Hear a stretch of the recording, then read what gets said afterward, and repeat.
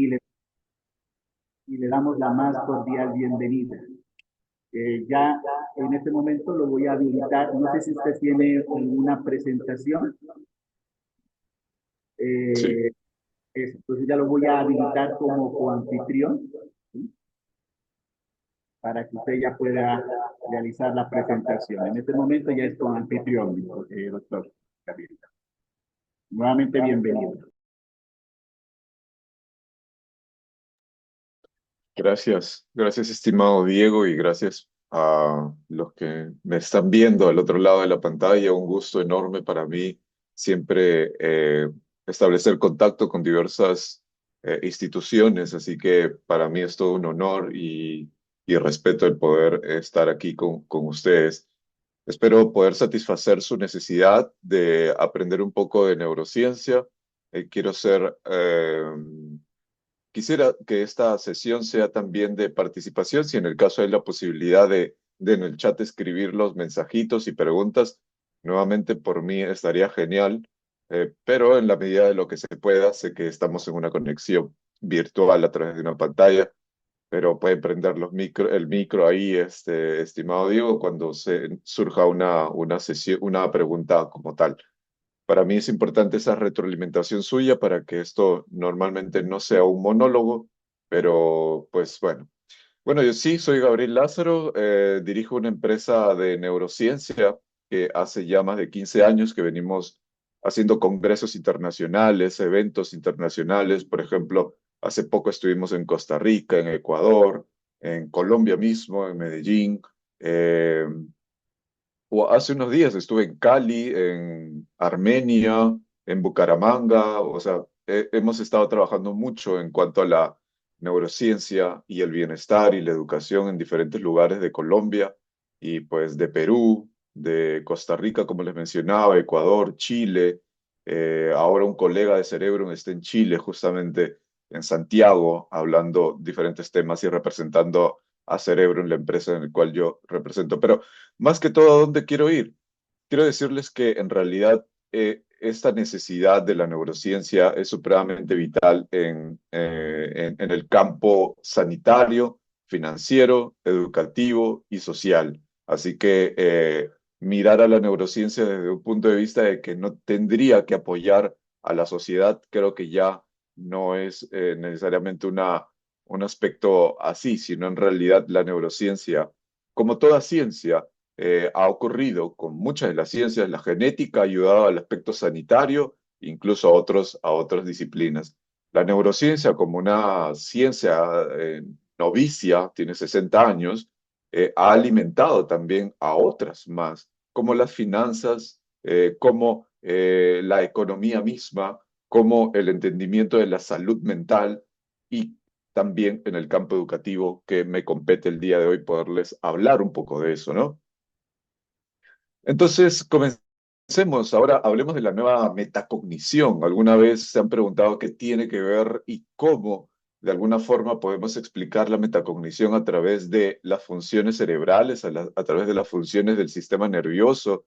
¿Qué tiene que ver los órganos del cuerpo que también tienen neuronas? O sea, cada órgano del cuerpo que tiene neuronas, ¿cómo contribuye a la metacognición? ¿Cómo es que tu nivel de respiración, tu nivel de sincronización, corazón, pulmón, cerebro, también influencia en tus funciones de metacognición? ¿Cómo es que esa sincronización llamada cardiorrespiratoria también puede influenciar en tu estado consciente? Es decir, obviamente todos sabemos que a la hora de dormir, nuestra respiración se ralentiza y nuestro ritmo cardíaco también. Es decir, el estado consciente de cada uno de nosotros es diferente porque justamente nuestros órganos funcionan de manera diferente. En el día a día, cuando estamos despiertos, o sea, en el estado de vigilancia, cumpliendo nuestro ciclo circadiano, nosotros también tenemos diferentes estados de metacognición. Es decir, si yo en ese momento tomo un café o una bebida energética o sí, o consumo una sustancia, mi forma de metacognición también va a variar. Es decir, todo va a depender, o sea, mi estado consciente, analítico, de toma de decisiones, metacognitivo, va a depender también de nuestro estado visceral, de nuestras neuronas del cuerpo. Es innegable decir que una persona pueda tomar atención, una atención selectiva llamada atención ejecutiva. Es imposible decir que la atención es por sí sola una habilidad. La atención ejecutiva, y voy entrando en materia, depende también del estado visceral, es decir, de cómo está tu corazón, de cómo están tus pulmones, cómo está incluso tu estómago y las neuronas del sistema nervioso entérico. ¿Qué me refiero a las neuronas de nuestras vísceras, de nuestro estómago, intestino delgado, grueso? Es decir, cómo yo enfoco la realidad, incluso cómo siento la realidad a través de los sentidos, ¿no? Internos, externos, voy a poder ser consciente de algo y permanecer en esa conciencia, hablando de la atención ejecutiva. Colegas, esa es la introducción, eso es lo que voy a tratar de explicar el día de hoy a través de referencias científicas, a través de artículos científicos, a través de libros para que ustedes puedan, en el caso de sea su interés, puedan seguir ampliando sobre el tema. Entonces, para comenzar, quiero lanzarles este primer punto, ¿no? Igual ustedes si tienen preguntas, háganme saber en cualquier momento. Punto número uno, entonces, el sentido del mundo y del cuerpo. ¿Alguna vez se han preguntado cuántos sentidos tenemos y cuáles son los sentidos que en las aulas de clase estimulamos? En este momento, por ejemplo, ¿qué sentidos están siendo estimulados en ustedes? Aparte del tacto, al estar sentados y apoyados en una silla, aparte de la audición, tratando de escuchar mi voz, aparte de la visión, tratando de ver lo que yo proyecto en pantalla y mi cámara. ¿Qué sentidos más puedo yo activar en ustedes? Aparte de los sentidos externos. Quizás el olfato y el gusto no sea así. Pero, ¿qué más sentidos estaría activando en ustedes, por ejemplo?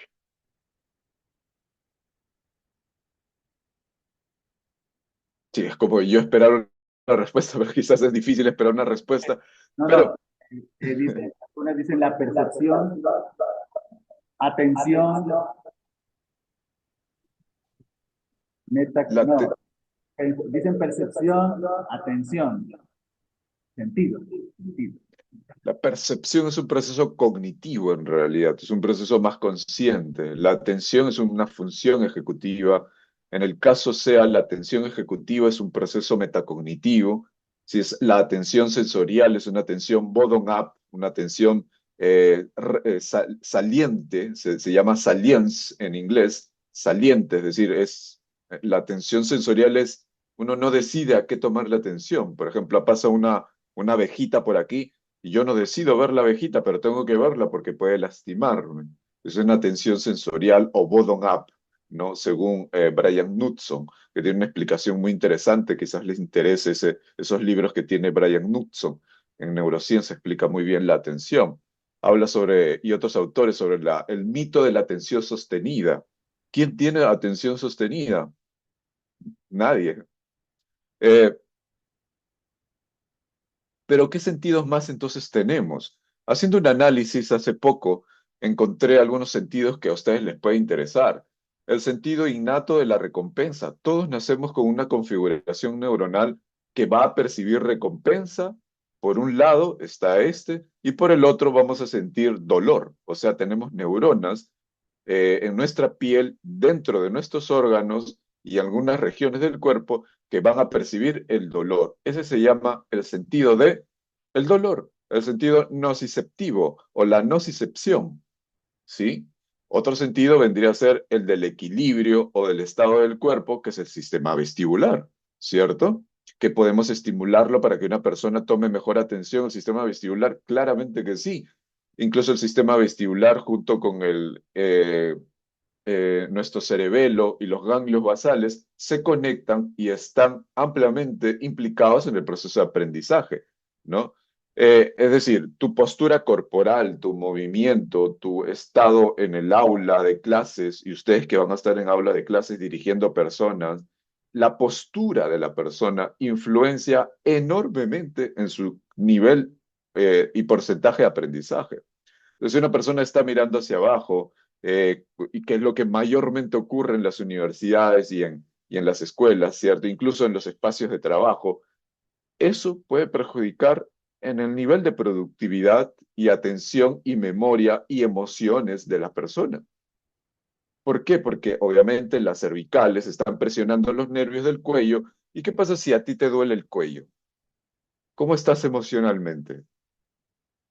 Pues desatento. Emocionalmente estás irritado, ¿no? Entonces estás desatento y eso perjudica a lo demás. Número tres, hablemos de la propiocepción, que vendría a ser el estado de la postura corporal. O sea, nosotros tenemos neuronas musculoesqueléticas, es decir, musculares, pero que también a través de los tendones, nuestras neuronas son capaces de medir cuál es la posición de mis dedos, de mi brazo. Eso es el sentido de la propiocepción. Y este sentido es supremamente vital cuando los niños están desarrollándose a la hora de la bipedización, es decir, de caminar, ¿cierto? O sea, ellos tienen que entrenar a través del sistema vestibular y propioceptivo si su posición es erguida y si pueden caminar de cierta forma. Entonces, es la propiocepción. La mecanocepción tiene que ver con las neuronas de los corpúsculos de Minsky, de Golgi y otros que perciben el tacto. Por ejemplo, una forma de estimular a una persona para que aprenda más es a través de la mecanocepción, por ejemplo, a través de los masajes. Uno a veces no se da cuenta, pero los masajes estimulan estos receptores de vibración, de presión y de estiramiento en los dedos, en las manos o en los hombros o en el cuerpo. O sea, la presión que nosotros ejercemos sobre el cuerpo a través de masajes puede estimular la capacidad de una persona para que aprenda más. Incluso eso se ve más en niños, pero los adultos también. Necesitamos ese contacto físico, esos masajes, para estimular la mecanocepción y poder justamente estimular el aprendizaje, sino que de eso no se habla mucho. La quimiocepción, eso sí, ustedes lo conocen, que es el olfato y el gusto, que son químicos que estimulan receptores químicos, ¿no? Para que yo pueda justamente percibir el entorno. Eh, pero no solo eso, sino también tenemos quimioreceptores en nuestro cuerpo, por ejemplo, en algunos órganos como los pulmones, incluso el corazón, que miden los niveles de oxígeno. ¿Qué pasa si yo les digo en ese momento que es decir respirar 30 segundos? Ustedes van a comenzar a sentir esa sensación de bajo oxígeno. Van a comenzar a aparecer como, no sé cómo le llaman ustedes, picazón o hormigueos en los brazos, ¿cierto? Cuando a uno le falta oxígeno ocurre eso, ¿cierto? Entonces, ese sentido son los quimiorreceptores y los interorreceptores. Y ahí voy al otro sentido. En realidad son conjunto de sentidos, ¿sí? No crean que la propiocepción o la mecanocepción, la quimiocepción, la interocepción y la nocicepción es un sentido, son grupos de sentidos. Y bueno, yo sé que aquí ya me estarán diciendo, pero Gabriel, ¿qué tiene que ver todo esto con la metacognición? Tiene que ver mucho, porque a la hora yo de estimular el pensamiento crítico, el planeamiento, el razonamiento, o sea, la metacognición, o sea, la cognición de la cognición que está en el cerebro, está influenciado todo lo que es el cerebro por lo que les acabo de mencionar. O sea, ¿cómo construimos la realidad cerebral consciente? A través de los sentidos. Y si los sentidos están alterados o poco desarrollados, entonces el cerebro va a recibir información o alterada o disfuncional o poco estimulada.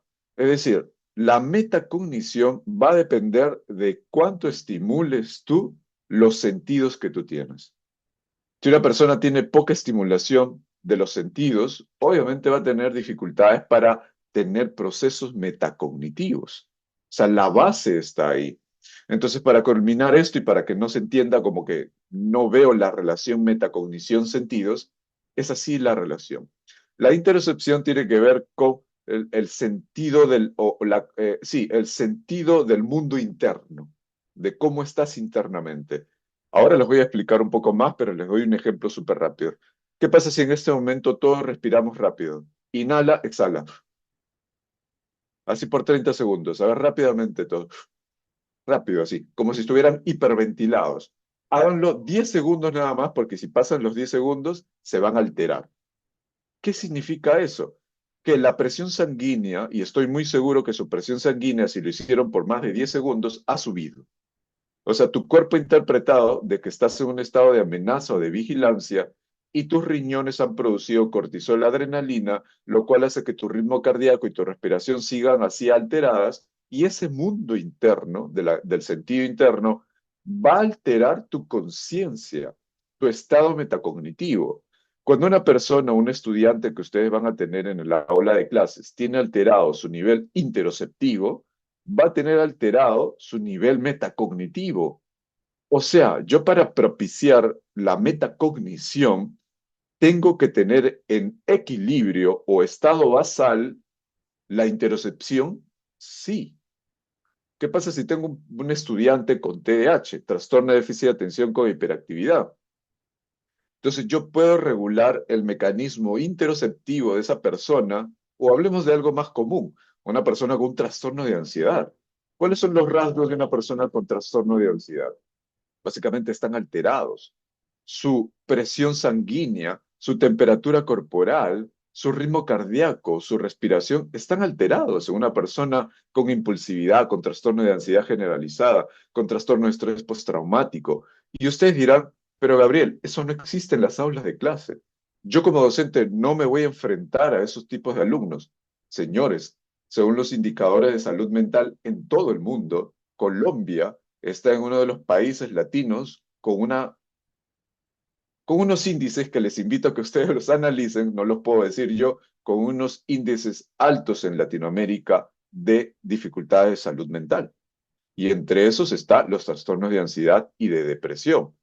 Entonces, si yo en las aulas de clase universitarias, de posgrado o escolares o preescolares, voy a encontrar sí o sí un porcentaje de personas con trastorno de ansiedad y de depresión. Señores, sí. Y nosotros docentes tenemos que estar preparados para eso. Entonces, sabiendo eso, ahora sí puedo avanzar. Si tienen preguntas, háganme saber. Entonces, ahora hablemos sobre esa conexión. Ahora la Sí, tiene muy centrada. ¿cómo? Hay una pregunta, doctor. Sí,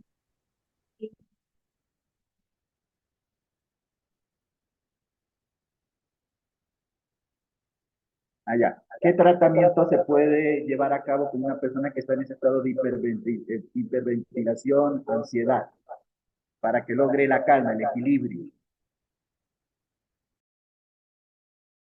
muy interesante pregunta.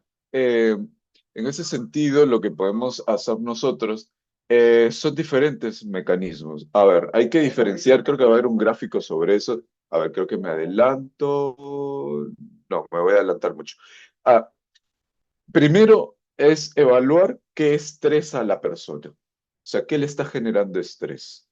Independientemente de la condición de la persona, tenga un trastorno de neurodesarrollo, tenga una dificultad o desafío emocional o tenga un trauma emocional, cualquiera de esas situaciones, o sea, una condición genética, una mutación que tenga la persona, cualquiera de esas opciones, genético, ambiental o la mezcla de esto que se llama epigenética, tenemos que descubrir qué le estresa. Eso puede ser complejo, puede tomar tiempo, pero si yo a una persona, por ejemplo, con trastorno de ansiedad, descubro que le estresa y controlo esas variables de estrés, puede que a la persona le estrese el dinero, tiene deudas, puede que a la persona le estrese su papá, tiene 15 años y su papá le agrede físicamente. Entonces, descubro qué le estresa. Cuando yo descubro qué le estresa, va a haber otro reto, porque hay cosas que podemos solucionar y hay cosas que son condiciones, condicionales o problemáticas. En lo problemático uno tiene solución, en las condiciones no. Yo creo que aquí estoy entrando mucho en detalles, pero a ver, ¿qué más podemos hacer? Número dos, número uno, modular o solucionar, en el caso sea posible, el estresor o los estresores. Sí, pueden ser estímulos, personas, situaciones, objetos, modularlos. Número dos es aplicar técnicas de regulación. Aprender a respirar, aprender a meditar, aprender a caminar, aprender a expresar mis emociones, aprender a evitar esa supresión emocional, aprender a sincronizar mi nivel cardiorrespiratorio, es decir, cuánto una persona en promedio entre 15 a 30, 35 años debería de respirar y sus latidos cardíacos. Debería ser una respiración y 4 o 5 latidos cardíacos. Si ustedes tienen una variación diferente a esta de aquí, ya es un estado de alteración. O sea, ustedes pueden entrenar su cuerpo para que por cada respiración tengan 4 o 5 latidos cardíacos. Eso se puede aprender. Bueno, número 2, el estado visceral y cerebral. Este es el gráfico resumen. O sea, tus órganos van a impactar en tu nivel de sensación y movimiento. Tu sensación y movimiento van a impactar en tu construcción emocional. Y aquí está la metacognición en colorcito. Ustedes seguro van a leer libros o ya han leído libros sobre metacognición y les va a aparecer cuáles son los procesos metacognitivos. La memoria de trabajo, ¿cierto? La atención ejecutiva, la flexibilidad cognitiva, el control inhibitorio, ¿cierto? Esas son las funciones cognitivas, metacognitivas básicas, ¿cierto? ¿No? Y eso de ahí está alterado por esto que les acabo de decir. O sea, para comprender la metacognición debo comprender lo anterior. Creo que eso ya lo hemos explicado y se entiende. Podemos dividirla en dos sistemas, como Daniel Kahneman, el ganador del Nobel. No sé si han leído su libro Piensa rápido, piensa lento. Daniel Kahneman es un libro que en realidad deberíamos revisar todos, si en el caso todavía no lo han podido revisar. Es un libro donde te habla sobre el sistema 1 y el sistema 2. Aquí está, el sistema 1 es el visceral y el sistema 2 es el más cognitivo o metacognitivo, ¿sí? Para que ustedes los tengan presentes. Entonces, solo para mencionar, porque la clase va un poco más para la metacognición.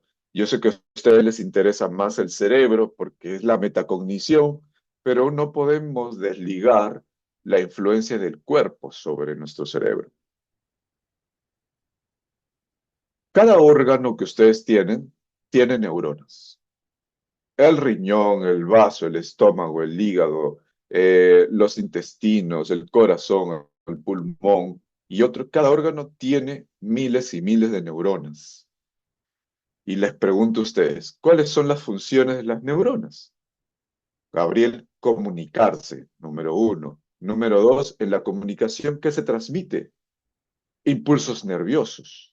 Número 3, ¿qué pasa cuando se transmite impulsos nerviosos? La neurona tiene que producir químicos para transmitir impulsos electroquímicos.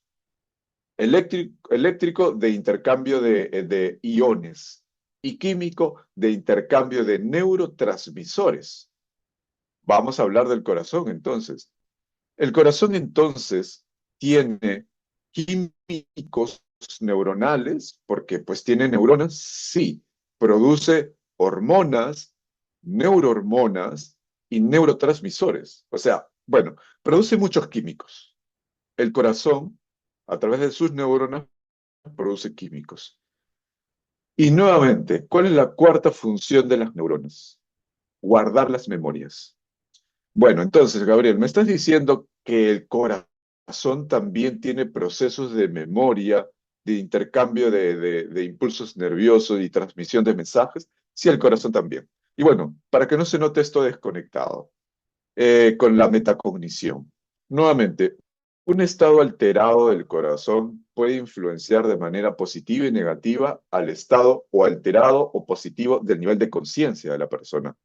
Así que de eso hay mucha investigación. Pueden buscarlo en internet, cómo la corteza insular predispone a la interpretación del mundo subjetivo interno y la corteza insular de tu cerebro va a influenciar en tu corteza prefrontal y la corteza prefrontal es la que hace los procesos metacognitivos.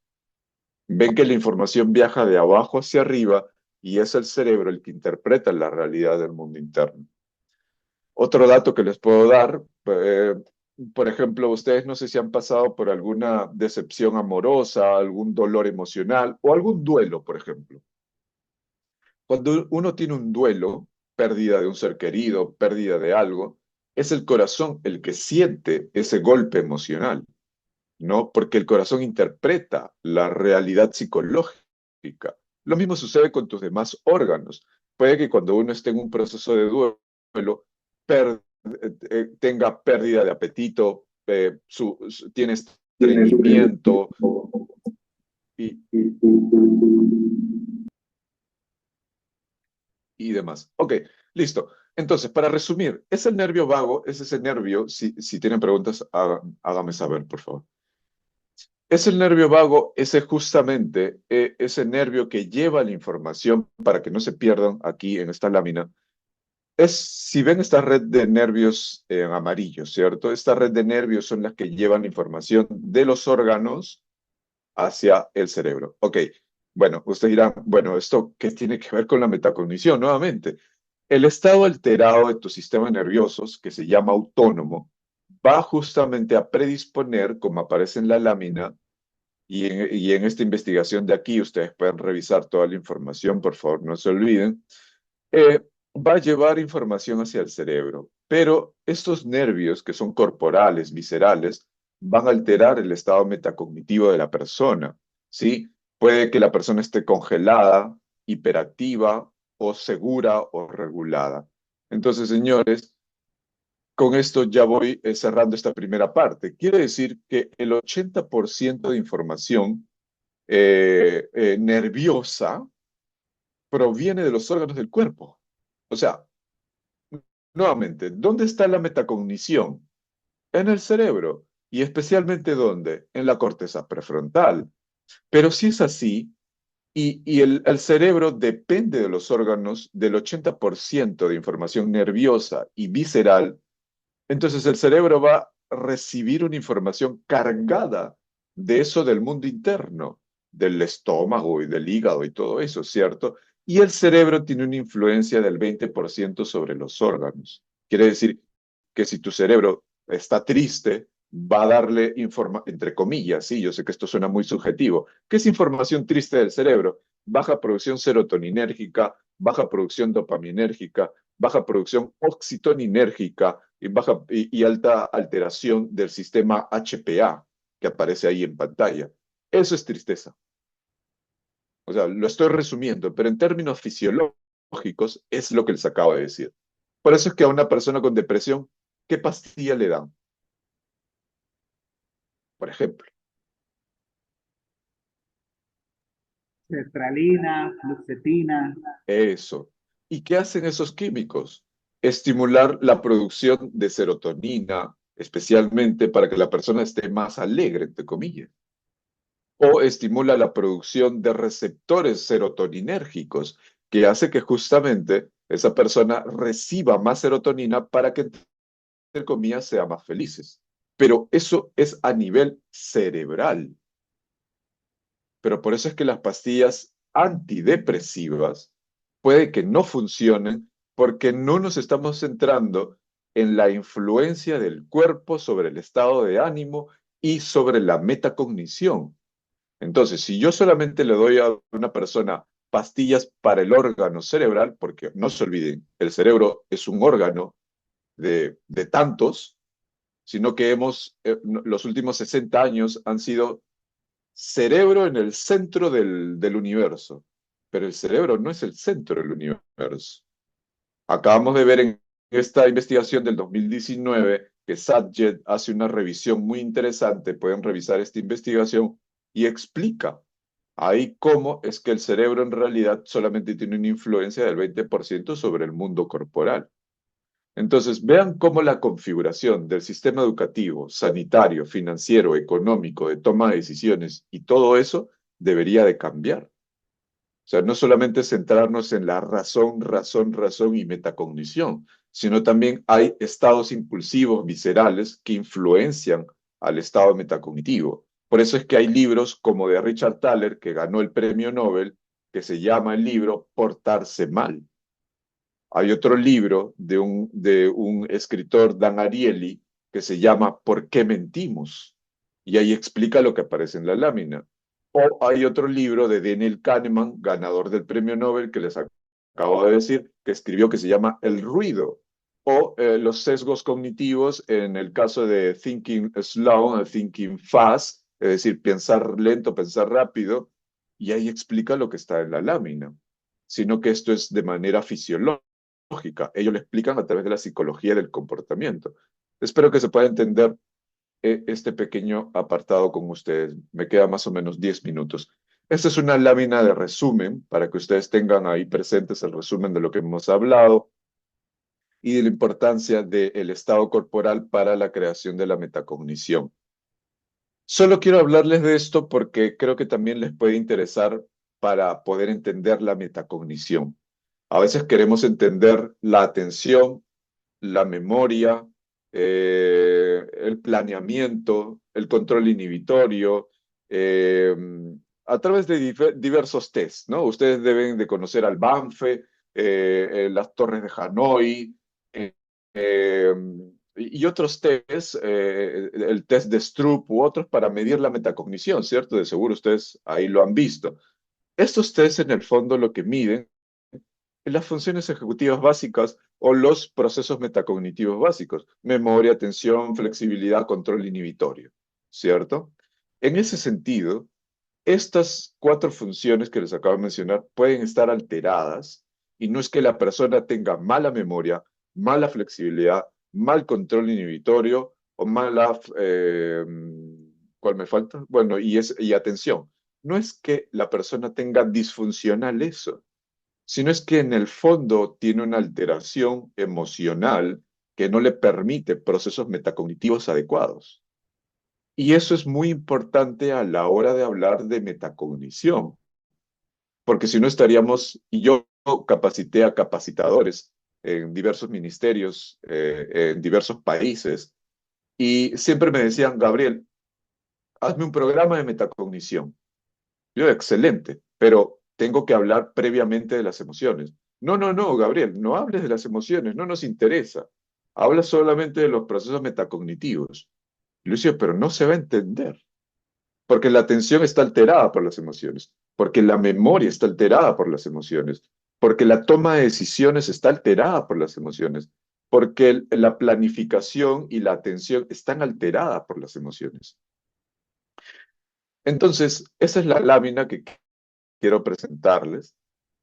Ustedes pueden descubrir en algunas personas si algún trauma, agresión, inseguridad, abandono o ansiedad, en el fondo, estrés, está llevando a la persona a algo positivo o está llevando a la persona a algo, entre comillas, negativo. Entre comillas, porque puede ser solamente disfuncional u otros términos, ¿sí? Entonces, vean que, como les decía hace un momento, si yo tengo ansiedad, tengo que descubrir qué me estresa.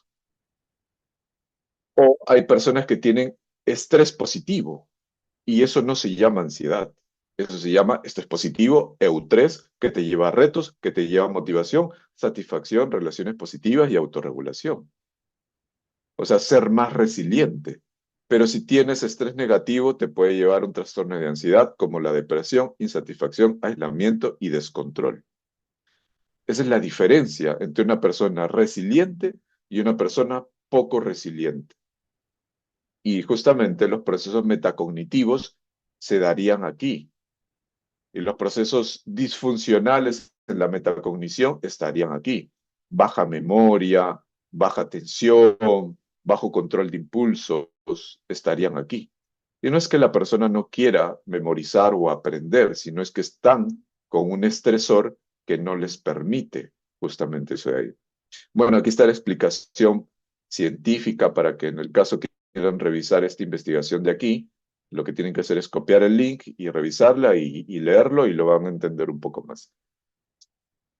Esto creo que me voy a poder saltear, pero lo que quiero decir es que si ustedes comienzan a medir su variabilidad de frecuencia cardíaca, que se llama en inglés HRV, y es un término que estoy seguro que lo van a escuchar de aquí en adelante más y más y más, porque son entrenamientos que estamos haciendo nosotros en Medellín, en Antioquia, en Colombia, para entrenar a docentes, a nutricionistas, a que puedan controlar y aprender su HRV, es decir, su variabilidad de frecuencia cardíaca, porque esa influencia en su estado metacognitivo y para que cualquier persona, docente, profesional, padre de familia, pueda tener una disposición emocional positiva sobre las personas.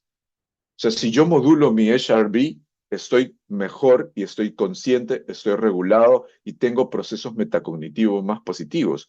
¿Cómo lo puedo hacer? a través de yoga, meditación. Ojo que, a ver, son acciones alternativas. En el fondo, ustedes pueden aplicar cualquier terapia, cualquier técnica, cualquier estrategia, pero centrado en la respiración, en el control, en el estado consciente y demás. ¿Sí? Y bueno, con esto voy cerrando, entonces tengo unos 3 o unos 5 minutos. Metacognición. ¿Qué es entonces metacognición con lo que hemos visto? La metacognición, por lo tanto, depende de un órgano muy especial, un órgano que tardó millones de años en evolucionar. No fue algo de la noche a la mañana, hasta donde dice la ciencia, ojo, para los que todos creemos en la teoría de la evolución, ¿no? Pero sí, si en el caso no creemos en eso, no hay problema, o sea, apareció el cerebro y ya está, no hay problema. Lo que sí sabemos es que hay conexiones cerebrales que sí permiten los procesos metacognitivos. ¿Cuál es la diferencia entre una persona con psicosis y una persona, entre comillas, saludable? Les pregunto a ustedes. ¿Qué creen que sería la diferencia? Lo resumo. Psicosis, ¿de dónde viene? De corte de la realidad. O sea, la definición de psicosis es disociación de la realidad. Y una persona saludable está coherente con la realidad.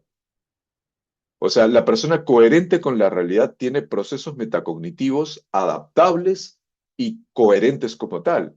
Pero la persona con psicosis tiene, miren, escuchen esto, suena un poco extraño, su cerebro está dividido o en 2 o en 3 partes. Ojo, no es que su cerebro esté cortado como tal, pero sus redes neuronales de una persona con psicosis están poco conectadas. Por eso es que no se regula una persona con psicosis. Es capaz de lastimar, agredir a otra persona. ¿Sí? Entonces, estas son las funciones ejecutivas básicas según Adele Diamond. Yo les invito a que si desean aprender un poco más de metacognición o de funciones ejecutivas, seguro ya leyeron a Adele Diamond, que es una científica que resume, aquí está la memoria de trabajo, flexibilidad, control inhibitorio, atención ejecutiva, autorregulación, planificación, resolución de problemas y razonamiento, que son las funciones o los procesos metacognitivos más básicos. Ahora, no se olviden que esto tiene un orden. Es decir, si yo trabajo la memoria de trabajo, estoy impulsando el control inhibitorio. Si impulso el control inhibitorio, impulso la autorregulación. Es decir, la autorregulación tiene predictores. Yo para formar autorregulación, antes tengo que formar control inhibitorio. Antes de formar control inhibitorio, ¿qué tengo que formar? Buena memoria de trabajo. Espero que se entienda esa secuencia para cuando ustedes establezcan programas o proyectos de metacognición, puedan establecerlo así. Y no al revés, sino solamente voy a hacer un programa de autorregulación, perfecto, y te olvidas de lo anterior, pues puede que te equivoques. ¿Sí? Porque, claro, la autorregulación depende de predictores previos, ¿no? Valga la redundancia. Entonces, el cerebro comenzó a evolucionarse para tener áreas impulsivas, como lo tenemos en la infancia y en la adolescencia, pero cuando somos adultos ya comenzamos a tener regiones del cerebro más evolucionadas, más desarrolladas, más voluminosas, que van a permitir el control. O sea, poco a poco el ser humano, a diferencia de otros animales, es que esta región del cerebro llamada prefrontal, corteza prefrontal, está aquí, que estoy señalando, permitió el control, o sea, que tú puedas inhibir los impulsos. Creo que hay una lámina sobre eso, aquí está. Permite que pruebes la realidad, te orientes, inhibas conductas, te regules a ese impulso de emociones que viene de abajo hacia arriba. Y aquí está la investigación, si en el caso ustedes quieren descargarla, o en redes sociales pueden buscar mi nombre, Gabriel, guión bajo Lázaro Cruz 4, y pueden descargar una lámina en español para que lo tengan, lo regalen, lo distribuyan, para que lo lean. Ahí está, para que lo descarguen en mis redes sociales de Instagram o Cerebrum. Sí, está esta misma lámina en una infografía. Pero ¿qué pasa cuando perdemos el control? ¿Cierto? Cuando perdemos el control, la corteza prefrontal, miren cómo se apaga. ¿Sí ven? Aquí celeste, aquí está apagada. Aquí celeste, control, aquí apagada, descontrol.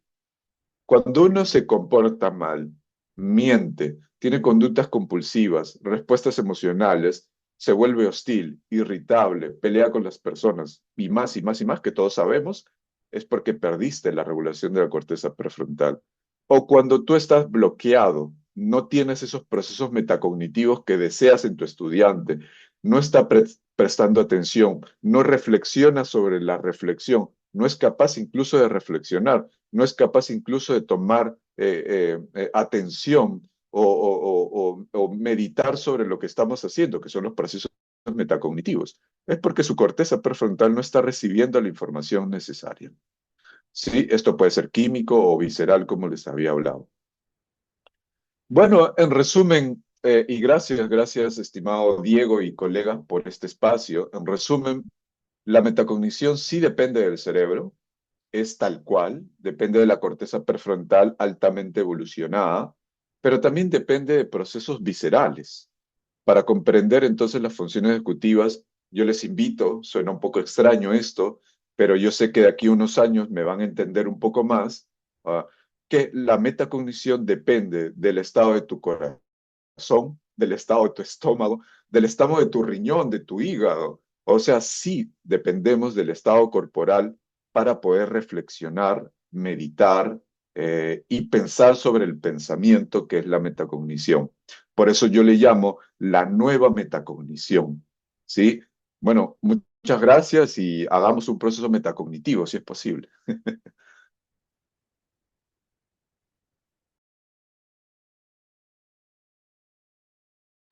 Dice que si puede retomar un poquito sobre las memorias que guarda el cuerpo.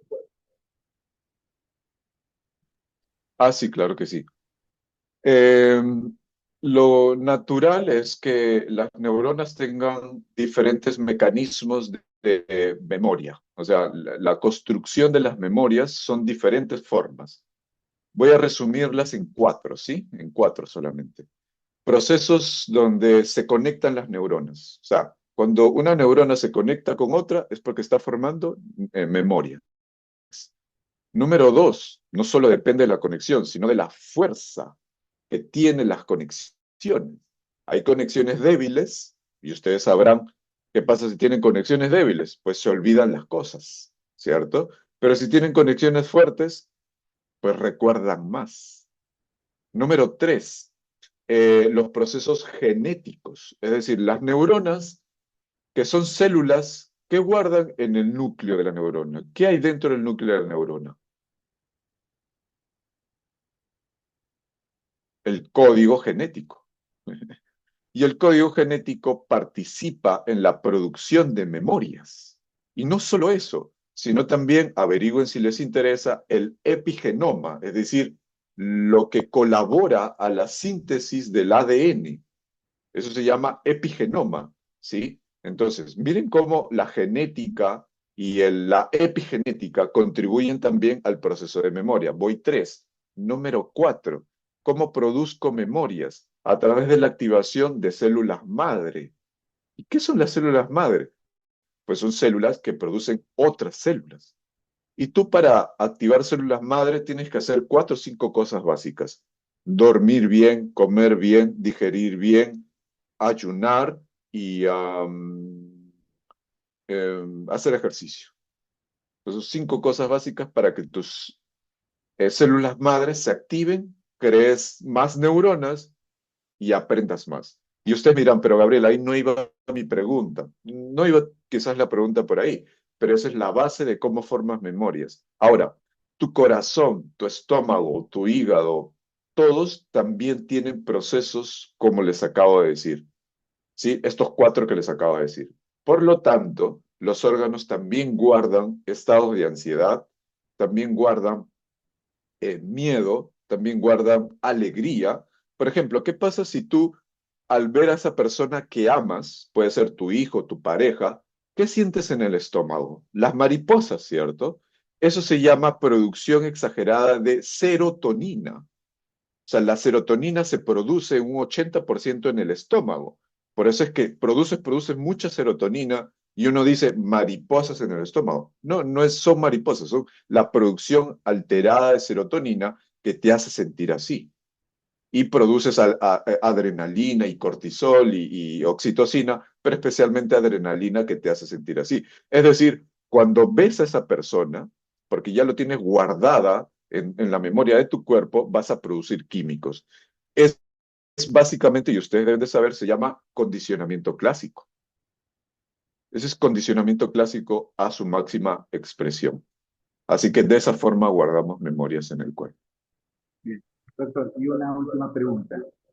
Bueno, aquí nosotros en esta primera, estamos en la primera unidad, en el primer módulo de este seminario de procesos metacognitivos, donde trabajamos prácticamente los fundamentos teóricos de la metacognición, desde los aportes de Flowey, de Strong, de Olses, de Jaramillo, de Mosman, ¿sí? Y en general ellos sostienen de que los procesos, para entender los procesos metacognitivos es necesario entender dos componentes, el conocimiento de la cognición y la regulación de la cognición. Y en este último, ellos sugieren tres procesos, ¿no? Que es la planeación, el desarrollo, monitoreo y evaluación.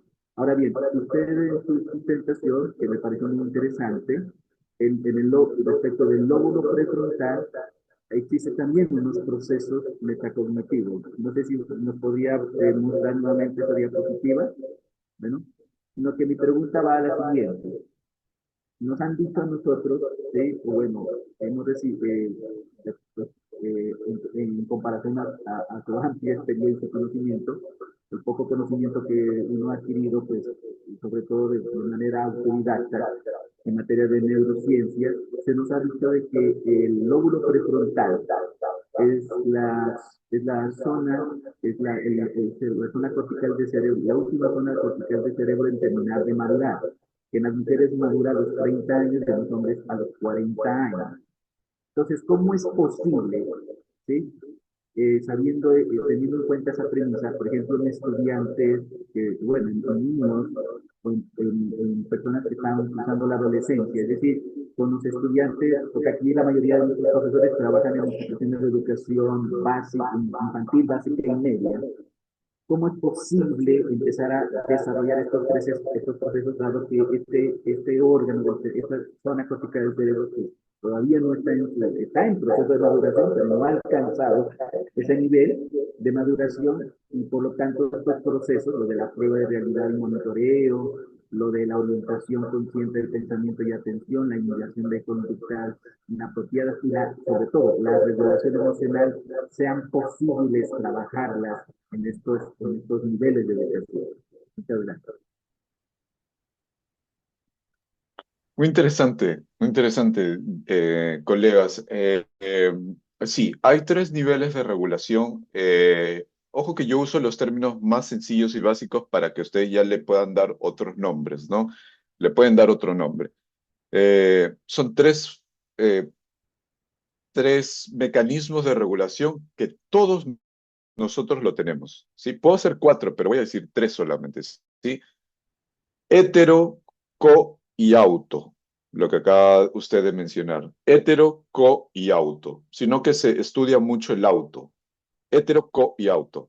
Heterorregulación, corregulación y autorregulación. A ver, ¿un bebé puede autorregularse? Sí, pero si le pregunto eso a un psicólogo, un pediatra, te va a decir no. Pero ¿cómo un bebé se autorregula? Se autorregula, porque entonces como su temperatura corporal de él, si no se autorregulara, se desequilibra. Cómo él, su sistema digestivo por sí mismo, está digeriendo los alimentos, porque se autorregula. Pero es una autorregulación muy visceral, no es una autorregulación cognitiva, incluso menos metacognitiva, pero sí se autorregula.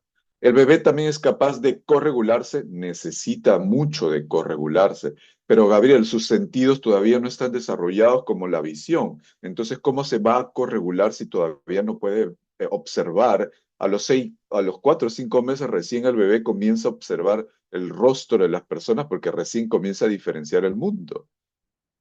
Antes no lo puede hacer. Pero entonces, Gabriel, ¿el bebé qué necesita especialmente? La balanza se inclina y sería más a la heterorregulación. ¿Un bebé cómo se regula? Cuando lo abrazas, cuando lo acaricias, cuando le das besos, algo fisiológico. Bueno, Gabriel, pero yo no voy a enseñar a bebés y yo no voy a atender a bebés, yo voy a atender a adultos. Ah, bueno, voltea la balanza. Sí. ¿Qué necesita un adulto? Más autorregulación, un poquito menos de heterorregulación y muchísimo menos de, perdón, corregulación menos y mucho menos de heterorregulación. ¿Significa que un adulto no necesita heterorregularse? No. ¿Quién de ustedes adultos no necesita un abrazo, un beso, una caricia, unos masajes? Todos. ¿Quién no necesita una corregulación? Es decir, mirar a los ojos a alguien para poder calmarme, hablar con esa persona que quiero. Eso se llama corregulación.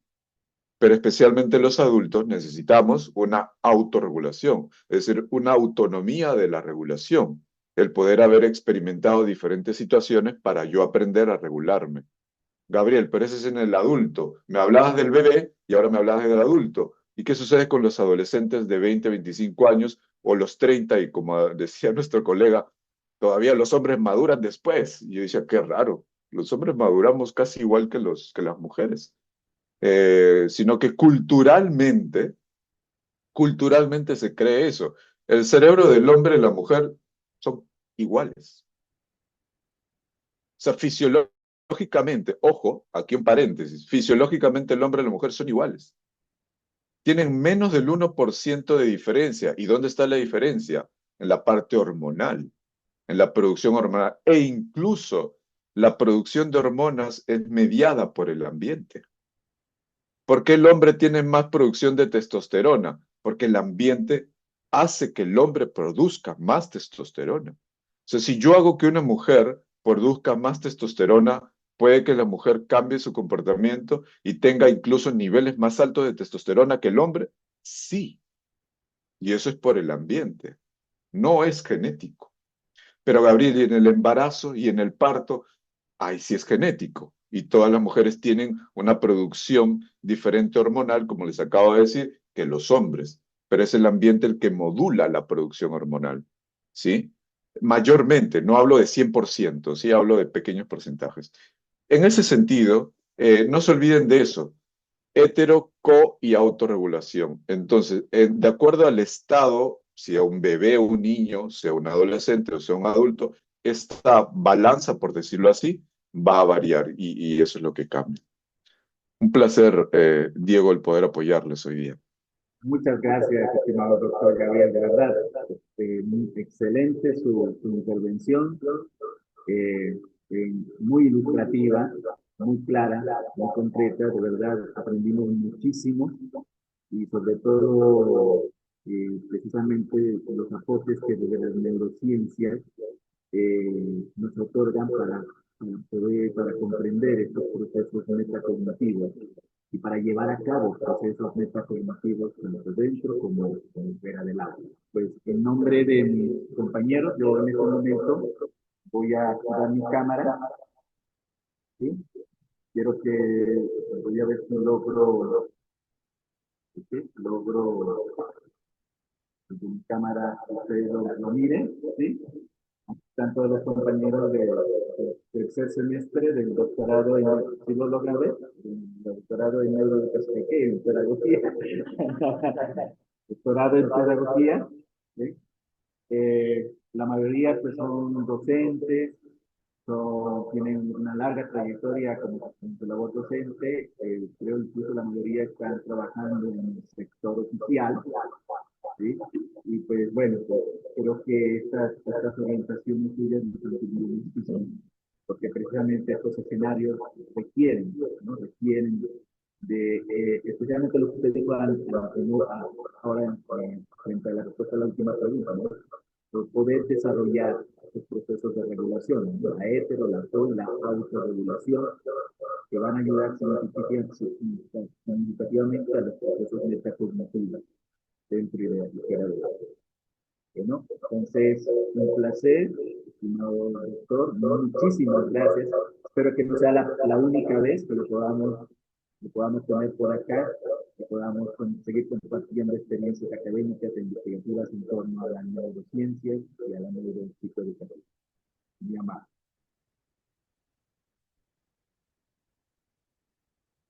Con mucho gusto, entonces me despido. Bueno, hasta una próxima. Siempre encantado de poder ayudar. Chao, chao.